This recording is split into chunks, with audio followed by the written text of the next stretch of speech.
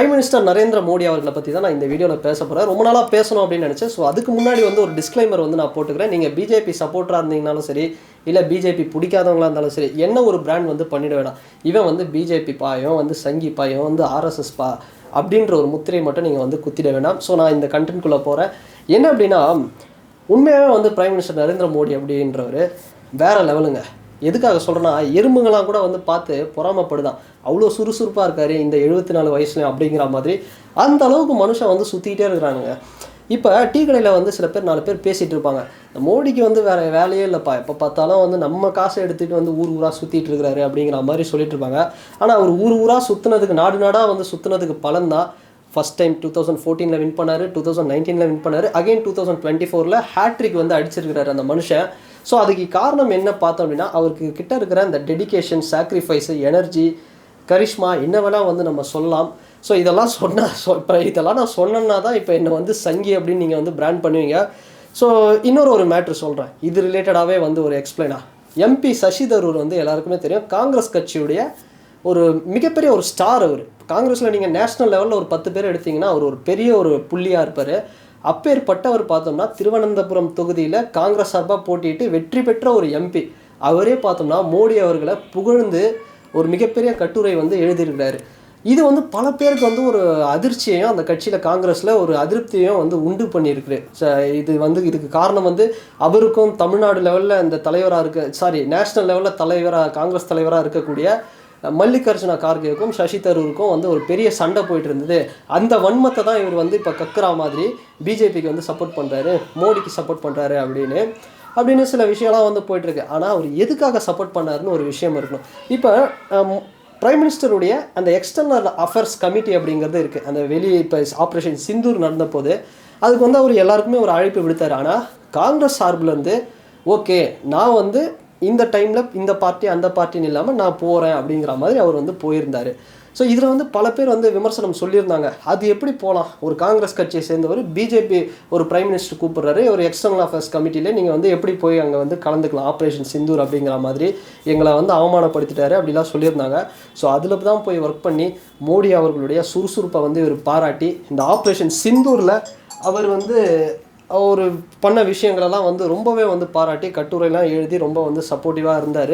So இந்த விஷயம் காங்கிரஸ் அவர்களை வந்து கடுப்பேற்றினாலும் ஒரு விஷயம் அதுதான், நான் முன்னாடி சொன்ன மாதிரி மோடி அவர்களுடைய அந்த டெடிகேஷன் அப்படிங்கிறது தான் ஒரு பெரிய லெவலில் வந்து கொண்டு வந்திருக்கு. இப்போ கூட பாருங்களேன், இந்த ஜூலை 5லேருந்து 9 வரைக்கும் 5 நாடுகளுக்கு, Trinidad and tobacco, Argentina, Brazil and Namibia and இன்னும் ஒரு சில நாடுகள், மொத்தம் ஒரு 5 நாடுகளுக்கு வந்து அவர் வந்து போகிறாரு.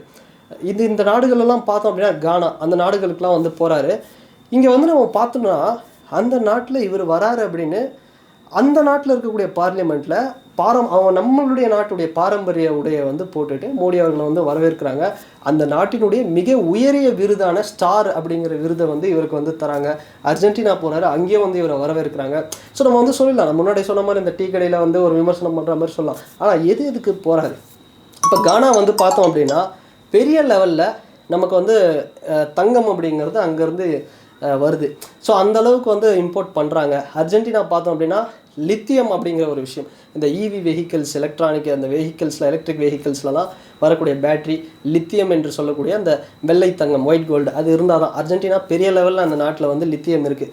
ஸோ இது மாதிரியான விஷயங்கள்லாம் வந்து இந்த ஒப்பந்தம், இந்த 5 நாடுகள்லேயும் இந்த கடல்சார் ஒப்பந்தம், அப்புறம் அந்த ஆர்மி, டிஃபென்ஸு, இந்த கம்யூனிகேஷன், இது மாதிரியான விஷயங்களெல்லாம் ஸ்ட்ரென்தன் பண்ணும். அப்புறம் 2 நாடுகளுக்குள்ளே இருக்கக்கூடிய அந்த மக்கள், அப்புறம் வெளிநாடு வாழ் இந்தியர்கள், இவங்களோட நலன், இது மாதிரி பல விஷயங்களுக்காக தான் வந்து அவர் வந்து பேசிகிட்டு இருக்காரு. அதே மாதிரி பிரிக்ஸ் அந்த மாநாடு அப்படிங்கிறதும் பிரேசிலோட தலைநகரத்தில் வந்து நடக்க போகுது, அதுக்காகவும் வந்து போயிருக்காரு. இந்த ஒரு 5 நாள் ஈவெண்ட்டில் இப்படி 5 நாடுகளுக்கு வந்து இந்த சுற்றுப்பயணம், இதுதாங்க உண்மையாக வந்து ஒரு டெடிகேஷன். நிறைய பேர் வந்து ஒரு வருத்தப்படுவாங்க, இப்போ நான் வந்து பிஜேபி சப்போர்ட்டர்லாம் வந்து இல்லை, இப்போ நானாக மோடிஜியா இல்லை ராகுல்ஜியா அப்படின்னு நீங்கள் பார்த்தீங்க அப்படின்னா, எனக்கு ராகுல் காந்தி அவர்கள் அவரும் வந்து பாரத் ஜோடோ யாத்திரா நிறைய விஷயங்கள் பண்ணியிருக்கிறாரு, சுறுசுறுப்பாக வந்து நிறைய போவார். ஆனால் அவருக்கும் இவருக்கும் 20 வயசு டிஃப்ரென்ஸ். மோடிஜிக்கு வந்து 75ன்னு வச்சுக்கோங்க, இந்த செப்டம்பர் வந்தால்.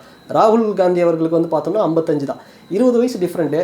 ஆனால் 70 மிரட்டும் 20 அப்படிங்கிற மாதிரி 74 வயசில் ஒரு சின்ன பையன் மாதிரி சுறுசுறுப்பாக வந்து ஒரு 20 வயசு பையன் மாதிரி அவர் வந்து ஒரு டஃப் கொடுக்குறாரு அப்படின்னா அதுதான் அவர் வந்து திரும்ப திரும்ப வின் பண்ணுறதுக்கான ஒரு மிகப்பெரிய ஒரு விஷயம். நம்ம சொல்லலாம் ஆர்எஸ்எஸ் சித்தாந்தம் அப்படி, பிஜேபி இப்படி அப்படி இப்படி இப்படின்னு. ஸோ எனக்கு வந்து பிஜேபி, அதாவது கொள்கை ரீதியாக பார்த்தோம் அப்படின்னா பிஜேபியை விட காங்கிரஸ் எனக்கு வந்து கொஞ்சம் கொஞ்சம் அதிகமாகவே பிடிக்கும். பட் அந்த லீடர்ஷிப்பில் பார்த்தோம்னா அந்த ராகுல்ஜியை விட மோடிஜி வந்து கொஞ்சம் அதிகமாகவே வந்து அவருடைய ஒர்க்கு வந்து அவ்வளோ ஒரு ஃபாஸ்ட்டாக இருக்கும். ஸோ அந்த டெடிகேஷன், இந்த சாக்ரிஃபைஸ், அதுக்காக வந்து ராகுல் காந்தி அவர்கள் வந்து இதுன்னு நான் சொல்லலை, கம்மி அப்படின்னு சொல்ல, அவரும் வந்து ஒரு ஈக்குவலி தான். பட் மோடி அவர்கள் ஒரு பிரைம் மினிஸ்டராக அவர் பண்ணக்கூடிய விஷயங்கள் அப்படிங்கிறது ரொம்பவே வந்து ஒரு இதுவாக இருக்குது. ஸோ இதில் நான் சொல்ல வர்றது என்ன அப்படின்னா டெடிகேஷன், இந்த சாக்ரிஃபைஸ் தான். அரசியல் பொறுத்த வரைக்கும் அந்த தியாகம் தான் உன்னை உயர்த்தும் அப்படிங்கிற மாதிரி.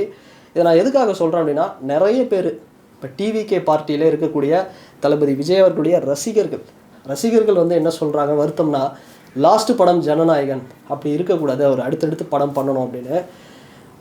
எங்களால் ஸ்க்ரீனில் வந்து தளபதிங்கிற டைட்டிலை பார்க்க முடியாது அப்படின்லாம் சொல்கிறாங்க.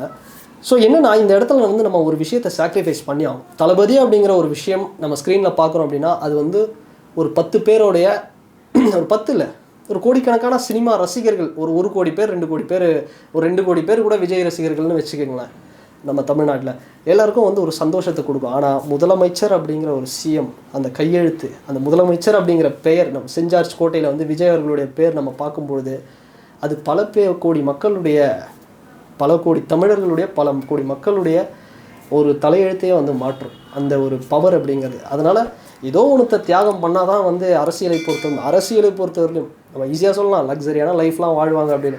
ஏதோ ஒரு தியாகம் பண்ணால் மட்டும்தான் ஒரு வேறு லெவலில் வந்து பண்ண முடியும். ஸோ மோடி அவர்களுடைய அந்த ஒரு இந்த வயசுலேயும் இருக்கக்கூடிய அந்த டெடிகேஷன்.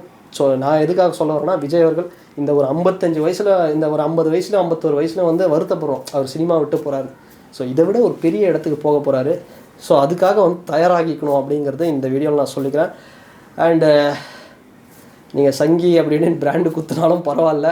ஸோ காங்கிரஸுடைய எம்பியே வந்து அவர் வந்து பாராட்டியிருக்காரு. ஸோ சில ஆங்கிளில் சில விஷயங்களில் எனக்கும் வந்து பிரைம் மினிஸ்டர் நரேந்திர மோடி அவர்களை ரொம்ப பிடிக்கும். ஸோ அதுக்காக நான் பேசி ஆகணும், இந்த ஒரு விஷயத்தை ரொம்ப நாளாக பேசணும் அப்படிங்கிறதுக்காக தான் இந்த ஒரு பதிவு அப்படிங்கிறது. அண்டு இந்த வீடியோ பார்த்தீங்கன்னா உங்களுடைய கருத்துக்கள் என்ன அப்படிங்கிறது இந்த கமெண்ட் செக்ஷனில் மறக்காமல் பதிவிடுங்க. அண்ட் வேறு ஒரு வீடியோவில் வேற ஒரு கான்டென்ட்டில் நான் உங்களை பார்க்குறேன். பாய்.